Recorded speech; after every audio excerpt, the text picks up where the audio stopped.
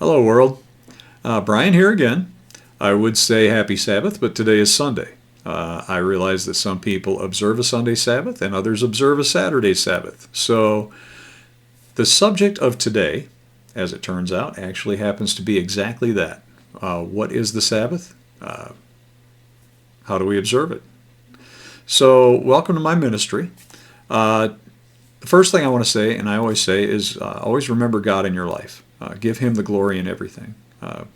Keep Him right where He belongs, in our thoughts, our hearts, our minds, and our souls. He is our Creator. He deserves every ounce of respect that we can give Him. So anyway, today I'm going to talk about the fourth commandment out of the 10 commandments. So I'm going to talk about the fourth commandment, or what is the third commandment, according to the Catholic version of the commandments. So what exactly does this commandment state? Well, the Bible says, "Remember the Sabbath-day to keep it holy. 6 days shall you labor and do all your work. But in the seventh day is the Sabbath of the Lord your God. In it you shall not do any work, not you, nor your son, nor your daughter, nor your manservant, nor your maidservant, nor your cattle, nor the stranger that is within your gates. For in 6 days the Lord made heaven and earth, the sea, and all that is in them, and rested on the seventh day. Wherefore the Lord blessed the Sabbath day and hallowed it." This is the longest of the commandments, according to the Bible, and at least in my opinion, that would seem to mean that it is quite an important commandment as well. So the Catholic version of this commandment simply states, "Remember to keep holy the Lord's day." That's it. It doesn't elaborate on it any further than that. It doesn't mention the seventh day at all. While the two sound kind of similar, I think that the Catholic version of this commandment has allowed mankind to interpret it however they want, basically. They're just saying, okay, the Lord's day. So you name that day and make sure that you keep it holy. So this has actually allowed the Catholic Church to change the Sabbath day from the seventh day originally, which it was Saturday, the seventh day, and even at one time the Catholic Church actually did observe that Saturday as the correct Sabbath day. But it allowed them, this changing of the commandment allowed them to change it from the seventh day to the first day, which is Sunday. Their claim being that because Christ rose from the dead on Sunday, this allowed them to change the Sabbath. And from the original day that God Himself ordained, because it was the day that He rested after creating everything, to the day that Christ rose from the grave.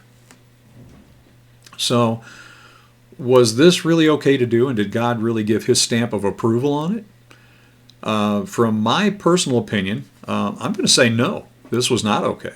It was never okay. Nowhere in the Bible did God ever give His personal stamp of approval to change the day that He rested, blessed, and then sanctified.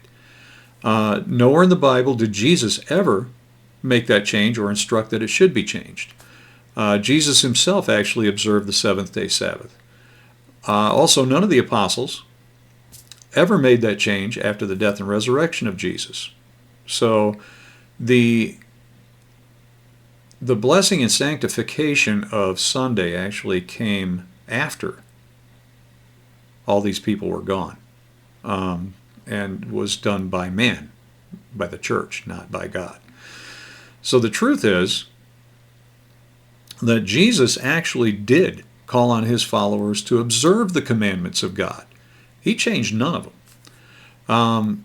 In fact, He actually stated at one point, and this is a quote right out of the Bible, "Do not think that I came to destroy the law or the prophets. I did not come to destroy, but to fulfill. For assuredly I say to you, till heaven and earth pass away, one jot or one tittle will by no means pass from the law till all is fulfilled.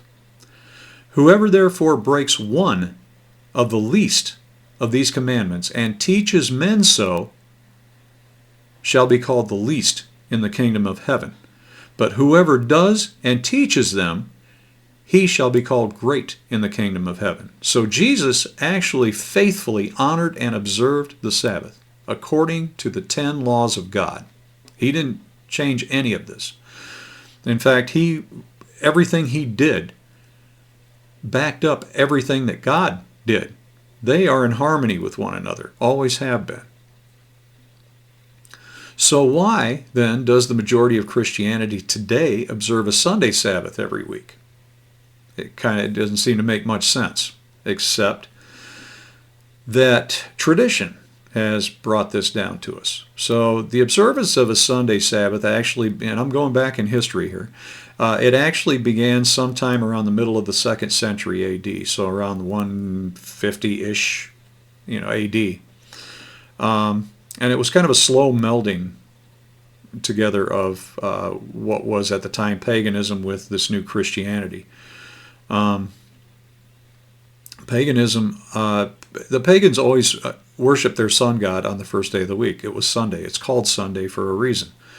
So this was kind of a melding together of the worship of the sun god with the worship of God, or Christianity.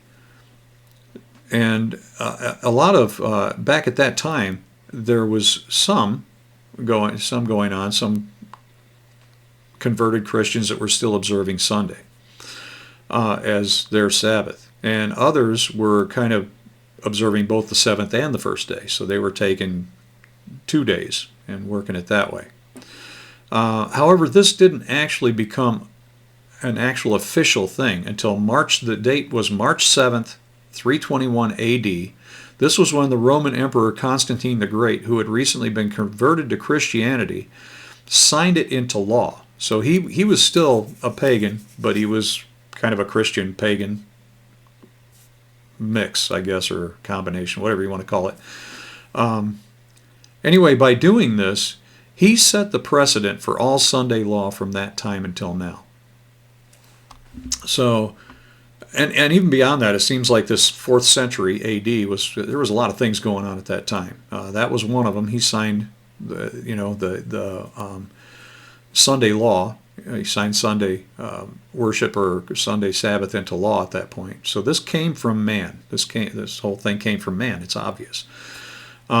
Once we go back and look at it, God didn't tell Constantine to do this. Constantine just did it. So while all this other stuff was going on throughout this particular century, and I was looking it up, can't really pinpoint an exact date, but it was also during this time frame, the same time frame, that the Laodicean Council had gotten together and done a lot of things on their own. And at this time, they were urging Christians to abstain from work on Sunday, and actually even prohibited them from working on Saturday. So they were instructed they had to work on Saturday anyway. This council did a lot more than this. There was a lot of things that they did. They got together and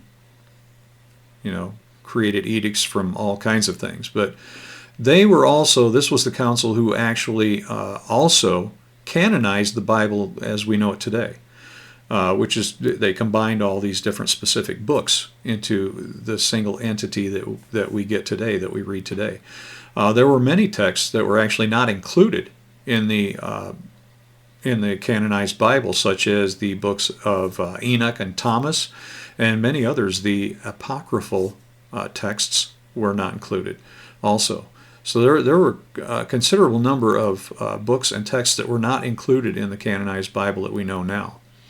So these books are actually worth going out and looking up. You can find them online, so they're worth looking up. Thomas was actually a book dedicated to things that Christ said when he was alive. So these are all, and that's all it is. It's just quotes from things that Jesus said. The bottom line here being that the Sunday Sabbath, as we know it today, was a creation of man. It's never been recognized or ordained by God, Jesus, or any of the apostles or disciples, or even the Bible itself. Turning to another little tidbit here is that I've heard arguments, personally heard arguments about there being over the course of time and history different calendars. So how can you pinpoint Saturday as the seventh day. How do you do that?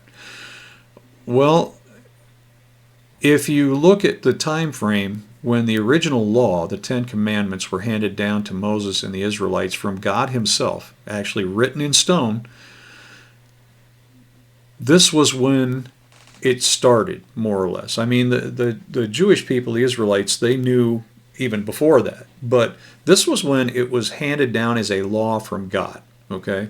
And so since that time, the Jewish people have always observed a seventh-day Sabbath, Saturday. Calendars since that time, while there may have been different number of days to the year, the new year may have been observed during different times of the year, it still always contained a 7-day week. That's been one thing that's been consistent. And as I stated, the Jewish people have always observed it on Saturday. Sabbath has always been on Saturday for them, which would mean, in my opinion anyway, that it's been a direct hand down. God to the Israelites, to the Jewish people today observing Saturday as the Sabbath. It's been a direct hand down. Sunday was a creation of man. It was formed as an edict that was made law by Constantine the Great, a Roman emperor, not from God. So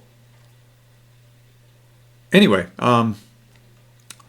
this should, if you're looking at things like this, it should actually lead us to conclude that the Bible is correct. The actual day of the Sabbath falls on the seventh day, Saturday, and not on Sunday. So anyway, for me, this has been more or less a very condensed, like the Reader's Digest condensed version of the whole. I actually encourage all of you to research and determine for yourselves what to believe. Don't just take my word for it, or anyone's word for it, for that matter. Not even those people who are your church preachers, priests, elders, leaders, etc. Question and research everything for yourself, because you could easily trust today is what can lead us down the wrong path. So this concludes today's topic. I really encourage, like I said, I encourage you to do more research. I condensed it a lot here. My conclusion here is that Sunday is a man-made creation. Saturday is what God ordained. Saturday is what God gave us. The seventh-day Sabbath is the true Sabbath, and it's what we should be observing. So anyway, like I said, that concludes the topic today. So I would like to mention in closing that I have included a link to a PayPal page where, if the Spirit moves you, you can donate whatever amount you like. Every little bit does help. It truly does. So if not, that's okay too. Even more than giving to PayPal, even more than donating money, I encourage you to like, share, follow, and subscribe on YouTube. Mostly the subscription part is so that you will be notified whenever I post new videos.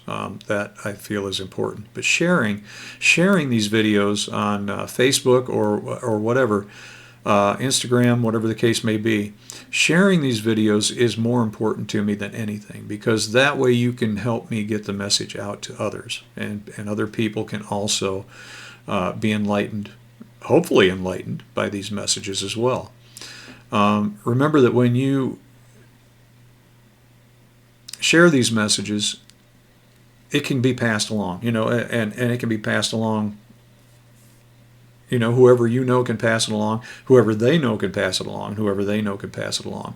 The important thing here is that the messages in these episodes are always going to be free to everyone, as they should be, and as God intended them to be.